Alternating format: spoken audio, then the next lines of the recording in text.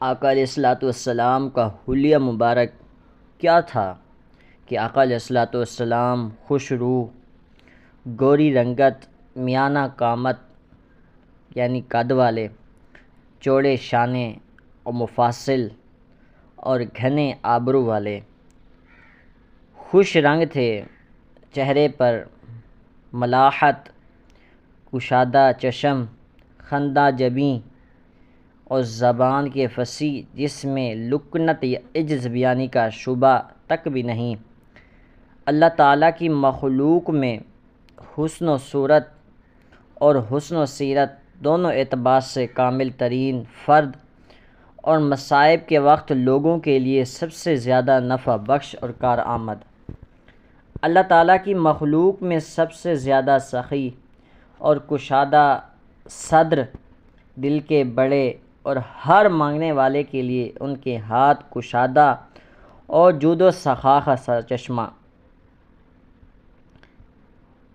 شریف زادوں میں بلند ترین، بلند حوصلہ، طلب امور کو حاصل کرنے کی پوری ہمت و عزیمت کے مالک، بلند سے بلند مرتبہ کے طالب اور حقدار۔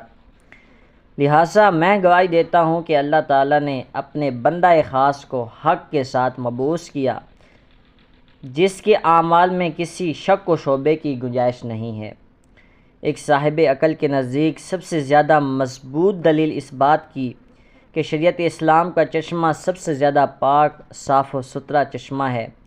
آقا علیہ الصلوۃ والسلام میں اخلاقی بلندیاں بدرجہ اتم موجود ہیں اور اللہ کی رحمت کی تکمیل ان پر کر دی ہے۔ ایسی نبوت عطا فرمائی جس نے دلوں کو جوڑا، اور وہ قوت عطا فرمائی جو غالب ہو کر رہی۔ وہ روشن دلائل ملے جن نے آپ کے قول کی تصدیق کی اور جن کی روایت ہر جوان اور بوڑھے نے ایک دوسرے سے کی اور برابر روایت کرتے رہے۔